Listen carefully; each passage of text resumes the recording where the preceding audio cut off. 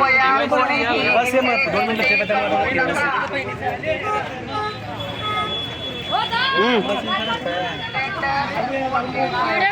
प्रेषक इंडियन या गॅसमध्ये आम्ही 7 मार्च रोजी गॅसचं बुकिंग केलं, ऑनलाईन पद्धतीने बुकिंग केलं 7 मार्चला व तसेच 11 तारीखला आम्हाला मेसेज आला की इनवाईस डिलिव्हरी म्हणून.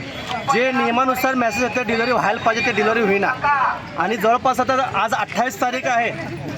आम्हाला गेल्या 10-15 दिवस चक्रा मारत आहे. त्यांनी चांगल्या पद्धतीने मी फॉलो करत आहे. आज उद्या त्यांनी कुपन म्हणले ते केलं, KYC केलं. जवळपास 7 मार्चला बुकिंग केलेलं, आज 11 तारीख आहे.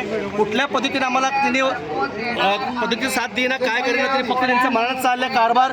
KYCला गर्दी होत आहे.